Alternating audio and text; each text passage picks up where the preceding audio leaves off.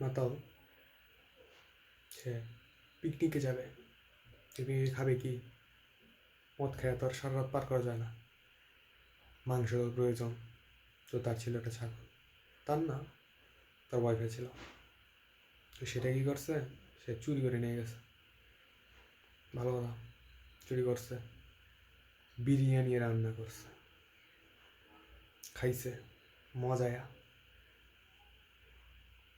তো সকালে সে বাড়িতে আসছে, দেখে ছাগল তো বাঁধা। তো বউরে জিজ্ঞেস করছে, বউ ছাগল কই থেকে আসলো, আর এটা কিনে নিয়েছ? তো বউ বলতেছে, না তো, আমি তো কিনে নিয়ে আইছি না। তো মাতাল বলল, ছাগল কই থেকে আসছে? তো বউ বললো, তুমি আগে বলো। তো বলে, কি তুমি রাতে কুকুরটা নিয়ে কই গেছিলা? হুম,